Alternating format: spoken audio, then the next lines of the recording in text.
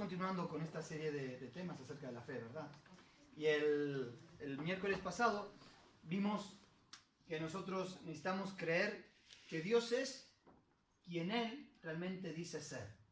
Y solamente tomamos como ejemplo Dios como creador y lo que eso implicaba para nosotros. Que Dios sea nuestro creador, nuestro formador, las maravillosas obras de Dios. Y hoy vamos a pensar en esto, creer que Dios puede hacer todo lo que Dios dice que puede hacer. Obviamente, primero está el ser y después está el hacer. Por eso decíamos, Dios nos ama porque Él es amor. Dios hace maravillas porque Él es maravilloso. Pero a veces podemos separar el ser del hacer. Podemos creer que Dios es lo que dice ser, pero que nos cueste llevar a la práctica creer que Él puede hacer todo lo que Él dice que puede hacer. Y en el Salmo 77 dice en el versículo 14, tú eres el Dios que hace maravillas. Hiciste notorio en los pueblos tu poder, con tu brazo redimiste a tu pueblo, a los hijos de Jacob y de José. Tú eres el hacedor de maravillas, el hacedor de milagros. Las canciones que cantábamos hoy eran intencionales. Sabe que cuando nosotros cantamos, tenemos que procurar entender lo que estamos cantando. El apóstol Pablo decía, cantaré con el espíritu, pero cantaré también con el entendimiento. Tenemos que entender, hay canciones que a veces están dirigidas unos a otros, son canciones de ánimo y de aliento, y que simplemente son canciones que cantamos, pero que no son de alabanza a Dios. No todas las canciones que se cantan en una iglesia son canciones de alabanza a Dios, ¿sabía usted eso? Hay canciones que son de testimonio, hay canciones que hablan de las pruebas que uno ha vivido, hay canciones que son de aliento unos a otros, pero hay canciones que están dirigidas directamente a Dios. Hay canciones que son declaraciones de lo que creemos que Dios es. Eres todo poderoso, eres grande y magnífico. Bueno, es una declaración que ¿a quién se la estamos cantando? A Dios. Entonces yo la estoy cantando, pero estoy aquí cantando, mirando alrededor a ver qué pasa, fijándome qué hora es o lo que sea. No lo estoy haciendo con el entendimiento. Hacerlo con el entendimiento es, por eso la primera canción que cantamos era, abre mis ojos espirituales. Es ver a Dios que es poderoso y que yo ahí se lo estoy diciendo, Señor, tú eres poderoso, eres grande, eres majestuoso, y es a Dios a quien se lo estoy declarando. Sería un problema que cuando yo le declarara mi amor a mi esposa, le estuviera diciendo cosas hermosas y maravillosas, yo estuviera diciendo, oye, cariño, qué bella que estás hoy. La verdad es que, ¿no? O que se lo dijera con cara de póker. ¿Saben lo que es la cara de póker, no? Que hoy estás guapísima, sí. Hoy estás bellísima.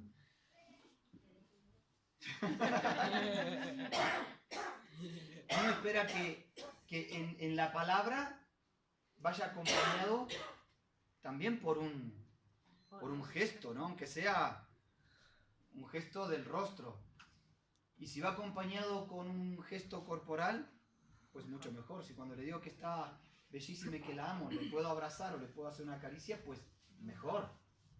En cambio, pareciera que a Dios le hablamos y le declaramos nuestro amor como quien le habla a otro, ¿sí?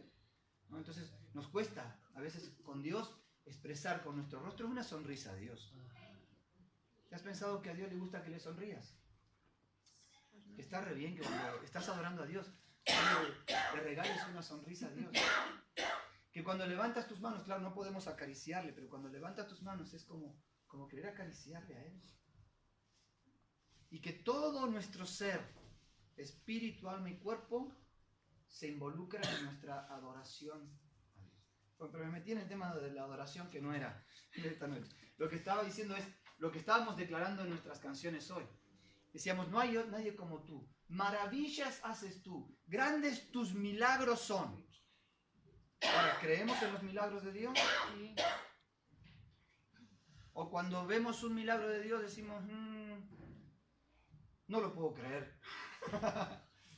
O a veces ni siquiera nos animamos a pedir por un milagro. A veces nos cuesta aplicar nuestra fe en creer que Dios es un Dios hacedor de milagros hoy en día. Yo sé que al meternos en este tema, a veces nos metemos en un tema que teológicamente está polarizado. Pero es que a veces nosotros solamente nos queremos guiar por las cosas que nuestros ojos ven. Hay un dicho que dice, ojos que no ven, corazón, Kevin, poneme ahí el power. Ojos que no ven, corazón que no siente. Y entonces nosotros decimos, ver para creer.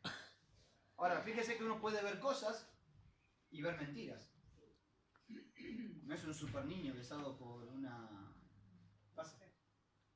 Tampoco es una mujer que le faltan las piernas. ¿Pasa? No es una mujer con una cabeza de pigmeo. Ni es una mujer con pata de cebra. Para darle tiempo que la puedan procesar. Bueno, saqué una foto de una paloma gigante. Una gaviota. Súper desarrollada. Ni tampoco es una mujer que tiene un pie en el brazo.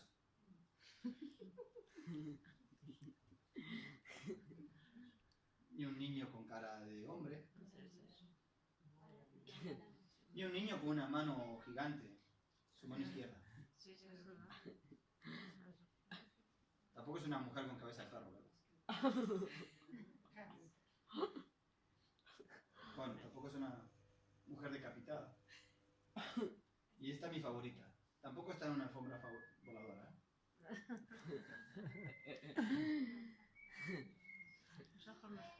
Así que nosotros, que nos aferramos tanto a ver para creer, de repente lo que vemos puede ser incierto. Y lo que no vemos puede ser lo más cierto que hayamos tenido delante de nuestros ojos espirituales. Así que no tenemos que darle tanto crédito a esto de ver para creer. Pues yo si no veo, no creo. Yo si no veo que un muerto resucita, no creo que Dios resucite muertos. Si yo no veo que el paralítico se levanta de la silla, yo no creo que Dios levante paralíticos. Y a veces hay conceptos que los hemos enterrado a fines del primer siglo. Por eso decía que hay en esto dos posturas. Obviamente una de ellas es el sensacionalismo. Y estos son los que colocan el énfasis en los milagros. Y que la dimensión de la fe está directamente relacionada con la dimensión de los milagros y de las señales que pueden ocurrir. Aquí, cuando esto ocurre, es cuando pasa pasa a ser más importante la persona que hace los milagros que Dios quien hace los milagros. O es más importante el milagro mismo que Dios que hizo el milagro. Esto ocurre. Ahora, ya ocurrió también en la época de Jesús. Y Jesús les llamó una generación mala y adúltera. La generación que demandaba señales, ¿no? Dijeron, a ver, ¿qué señal haces? Y Jesús dijo, la generación mala y adúltera demanda señal. Nosotros no queremos ser una generación mala y adúltera, ¿verdad? No queremos ser una generación que demande señales a Dios para creerle. No queremos ser una generación que demande señales a Dios para que aumente nuestra confianza o nuestra fe. Pero también Jesús se enfrentó al otro extremo, que es el cesacionismo. No, cesacionismo, que es aquellos que creen que la cosa ya ha cesado, que ya no hay milagros, que los milagros fueron para la iglesia del primer siglo, que los milagros eran en la época de los apóstoles, que el Dios de los milagros pues se olvidó de hacer milagros, o se le acabó el poder o el propósito. Y Jesús a esta generación le dijo una generación incrédula y perversa. Así que Jesús no estaba ni con uno ni con otro, a los dos les dio. A los dos les exhortó. A uno le dijo una generación mala y adúltera, y a la otra una generación incrédula y perversa. Porque obviamente Dios sigue siendo el Dios de milagros, como sigue siendo el Dios de amor. ¿A quién se nos ocurriría pensar que hoy Dios ya no nos ama como nos amaba antes? Es el mismo Dios. Y como está en su esencia, como Dios nos ama, no porque solamente hace amor, sino porque es amor, el mismo Dios hace maravillas porque es maravilloso. Hace milagros porque Él es admirable. La palabra, ya vamos a ver después, que la palabra admirable es la misma palabra que se utiliza para milagro, para maravillas y demás. Necesitamos nosotros recuperar el derecho bíblico de creer que Dios hoy puede hacer los mismos milagros, señales, prodigios y maravillas que hacía en el primer siglo. Su mano no se ha cortado para salvar. Y si los discípulos de aquel tiempo oraban y decían, Señor, danos de nuevo para hablar tu palabra, mientras extiendes tu mano para que se hagan señales, prodigios y maravillas, debería ser también nuestra oración. Si hoy nos encontramos en medio de una sociedad y una cultura incrédula, si nos encontramos en medio de una sociedad que ya no cree en la religión, que ya no cree en las palabras, que ya no cree solamente en la cháchara, decimos nosotros, aquí entienden el término, en la cháchara, quizás tenemos que decirle, Señor, aviva tu obra en medio de los tiempos, y en medio de los tiempos hazla conocer, tu obra, tus señales, tus prodigios, tus maravillas. Charlábamos hace varias veces, allí en Barrio España, en la célula, muchas veces nos hemos encontrado compartiendo el testimonio de lo que Dios hacía, o de lo que Dios ha hecho hace varios años, ¿no? Y cómo al ver personas que se recuperaron de la adicción a las drogas, y cómo Dios había obrado con sanidad y con poder en aquel tiempo, cuánta gente llegó a los pies de Cristo. La gente quiere ver un Dios vivo, un Dios actual, poderoso, un Dios que como se manifiesta en la palabra se puede manifestar hoy también. Estuvimos en Ávila, que no conocíamos, así que fuimos ahí hasta Ávila a conocer, y nos metimos allí en la catedral. Y lo mismo que en todas las catedrales, tanta percepción de muerte, tanta percepción de oscuridad, tanta idolatría a la muerte prácticamente, porque ahí hay un montón de sepulcros de unos que no sé si eran obispos, toda esa historia, están ahí los sepulcros, ¿no? Están ahí las lápidas, y de Jesús está el Cristo crucificado, y eso es lo que la gente ve y lo que la gente piensa de lo que es la religión y de lo que es el cristianismo. Pero nosotros tenemos que poder decir, Señor, creemos que tú eres un hacedor de milagros y de maravillas hoy también. El salmista, en este salmo que leíamos recién, tiene un discurso consigo mismo, podríamos decir. Con mi voz clamé a Dios clamé y Él me escuchará. Al Señor clamé, busqué en el día de mi angustia, alzaba a Él mis manos de noche sin descanso, mi alma rehusaba consuelo. Me acordaba de Dios y me conmovía, me quejaba y desmayaba mi espíritu. No me dejabas pegar los ojos, estaba yo quebrantado y no hablaba. Consideraba los días desde el principio, los años de los siglos. Me acordaba de mis cánticos de noche, meditaba en mi corazón y mi espíritu inquiría: ¿desechará el Señor para siempre y no volverá más a hacernos propicio? ¿Ha cesado para siempre su misericordia? ¿Se ha acabado perpetuamente su promesa? ¿Ha olvidado Dios el tener misericordia? ¿Ha encerrado con ira sus piedades? El dolor, el sufrimiento del salmista, la realidad que sus ojos veían, lo habían llevado al borde de la duda. Lo habían llevado al borde de la incredulidad. Lo habían llevado a pensar que los tiempos pasados habían sido mejores. Meditaba yo y me acordaba de los tiempos pasados.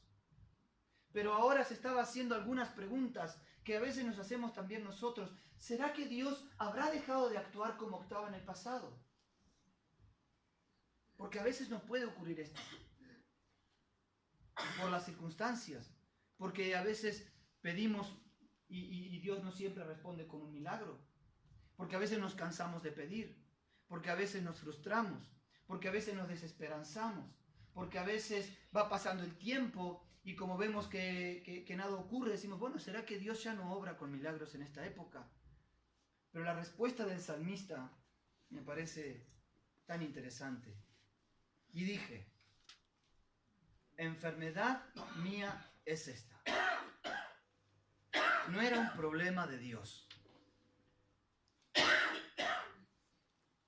¿Alguna vez le ha pasado de un artefacto eléctrico, van y lo van a prender y no funciona?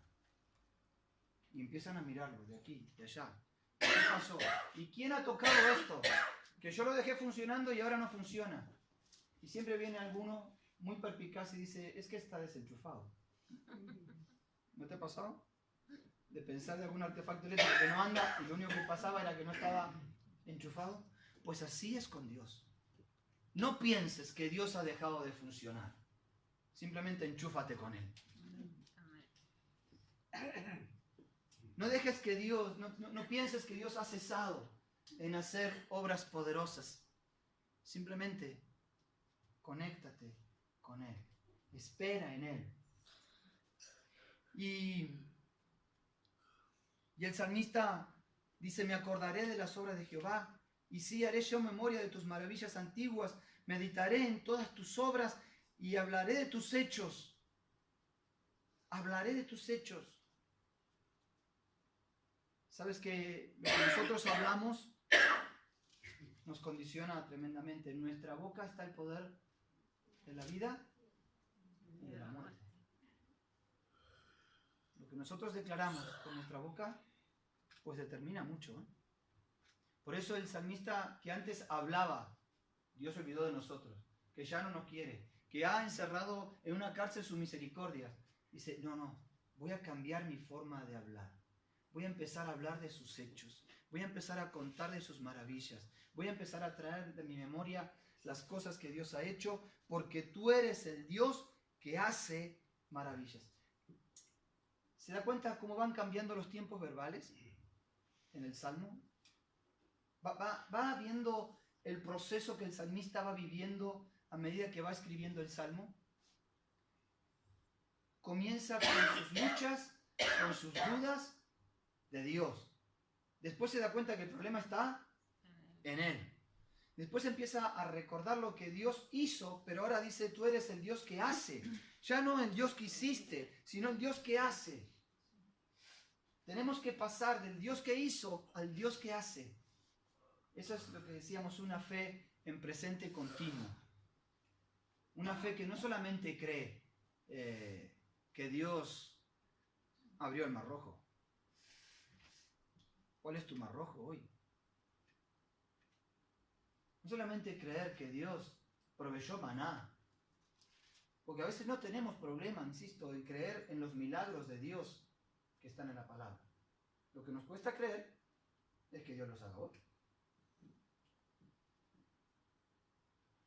Lo que tenemos que trabajar en nuestro interior es esta transformación que vivió el salmista.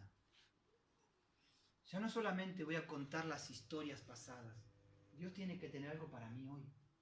Tengo que tener una historia nueva, fresca, de las maravillas y de la obra de Dios en mi vida. Si Dios obró en otro tiempo, esta fue la conclusión de David. Si Dios obró en otro tiempo, también lo puede hacer ahora. Lo está haciendo. Amén. Dios es, como decíamos, el Dios que hace maravillas porque Él es maravilloso. La palabra en Isaías capítulo 9, versículo 6, que dice, y serás admirable, ¿no? Consejero, Dios fuerte, admirable, Padre eterno. Esta palabra admirable es la misma palabra para maravilloso. Y la palabra maravilloso es la misma palabra para milagro. Eso no podría traducirlo. Pasa que a nosotros, por lo general, usamos un término que nos suena medio como despectivo, que es milagrero, ¿no?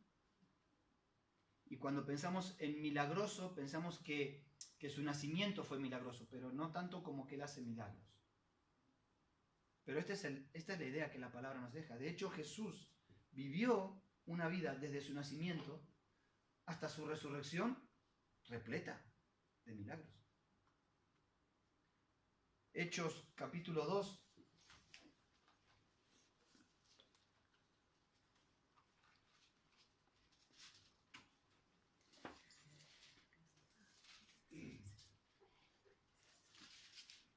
Versículo 22.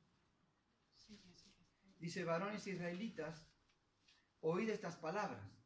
Jesús Nazareno, varón aprobado por Dios entre vosotros, ¿con qué?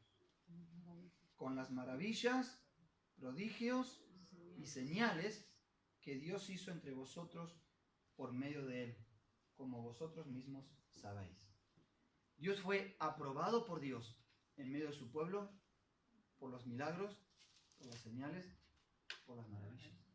Por eso Jesús le decía a sus discípulos: estas señales seguirán a los que creen en mi nombre.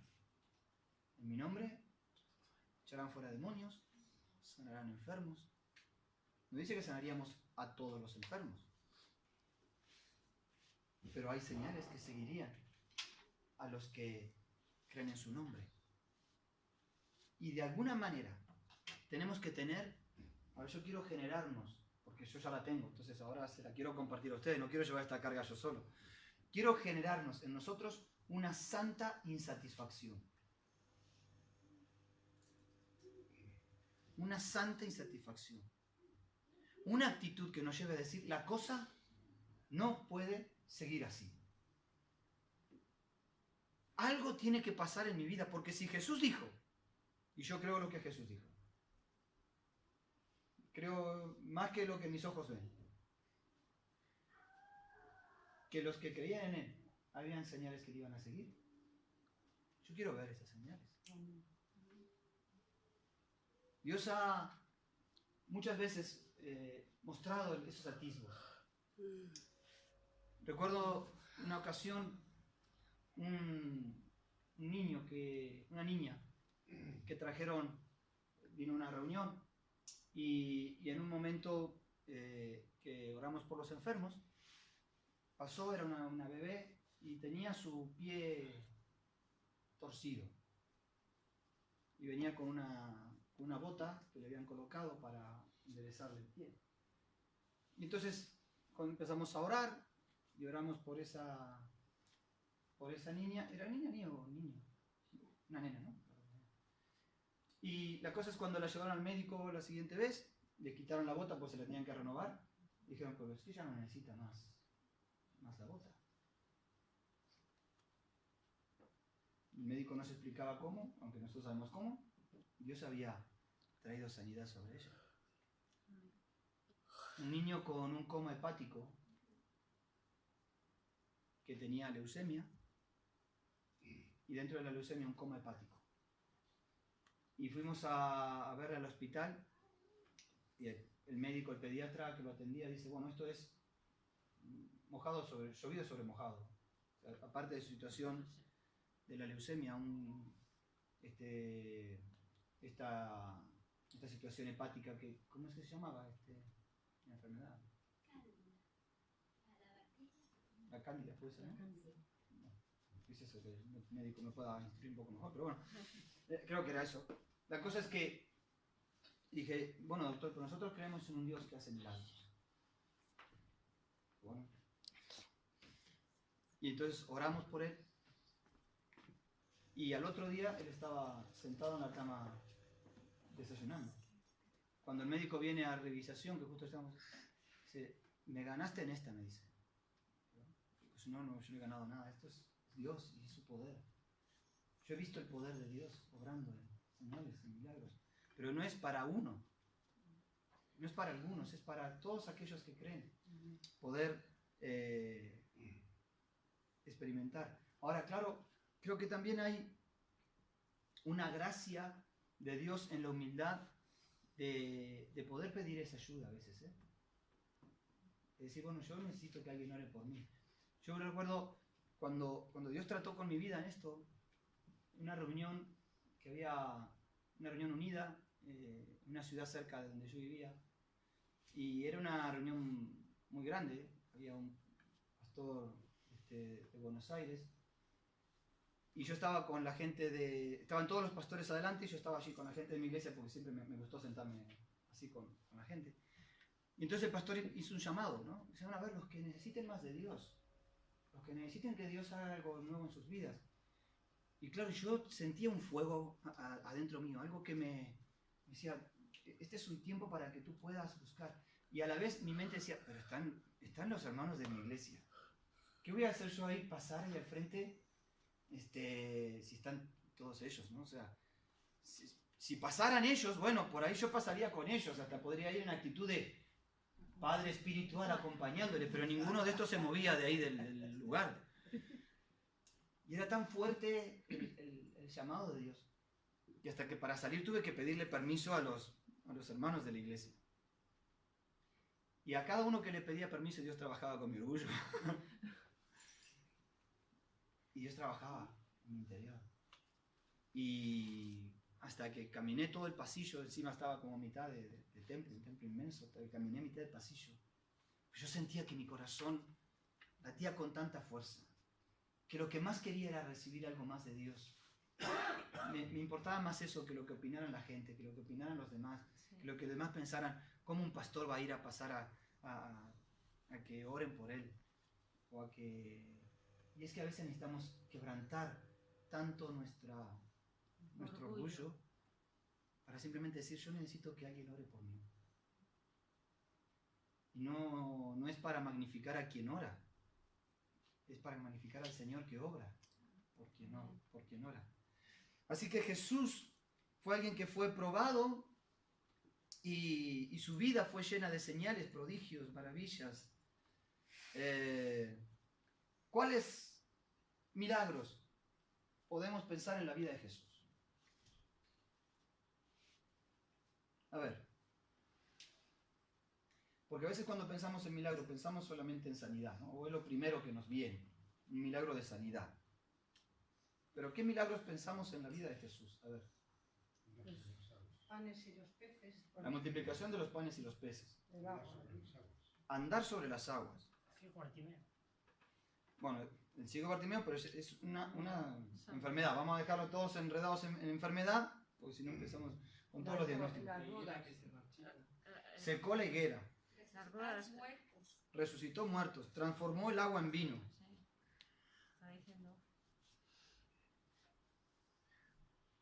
Paró la tempestad. Sacó 2 monedas de la boca de un pez. Para pagar los impuestos, no para irse de cañas. Cesó la tormenta, la tempestad. Dominó la tempestad. Hizo que salieran peces donde no había. La pesca milagrosa. Vale. Calmó. Bueno, no sé si lo habéis dicho. Calmó La tempestad. ¿No? Entonces, qué tremendo, porque lo vemos haciendo una diversidad de milagros. Muy grande. Que no era solamente sanar enfermos, era una diversidad de milagros. ¿Cómo los hizo?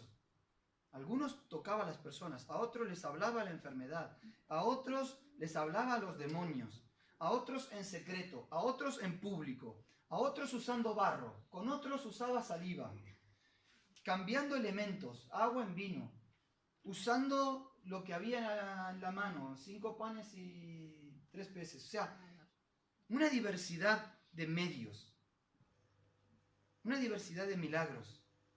¿Y por qué los hacía? Porque podía. Para que creyeran, porque podía, porque se lo pidieron, porque tuvo compasión de la gente, porque era conveniente hacerlo, simplemente, porque para manifestar su poder y su gloria, o porque vaya a saber por qué, o sea, por su soberanía, porque él no necesitaba ni siquiera un motivo para hacerlo. Pero me encanta ver esto, ¿no? Que podamos ver a este Jesús, hacedor de milagros. Maravilloso. maravilloso, porque hace maravillas. Poderoso, Señor, porque hace cosas poderosas.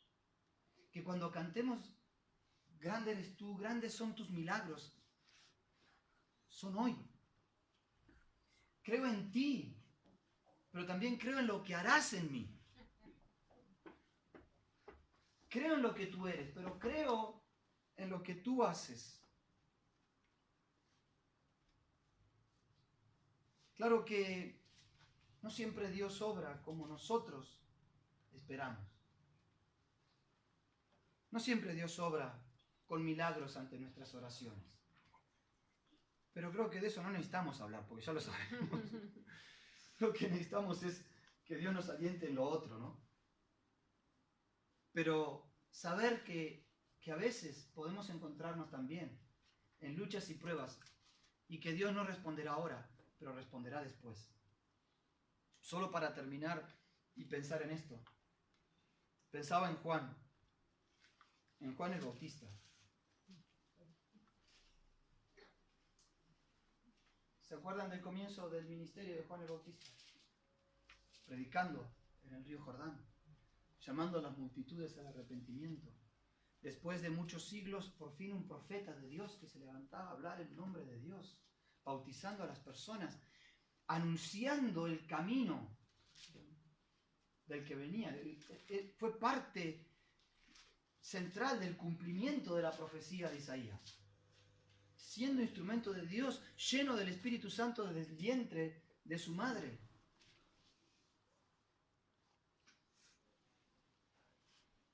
¿Será la causa equivocada? Que no veo la respuesta. ¿Eres tú? ¿O esperaremos a otro? La respuesta de Jesús es, ¿qué diría Juan? Los ciegos ven. Los mudos hablan. Los cojos andan.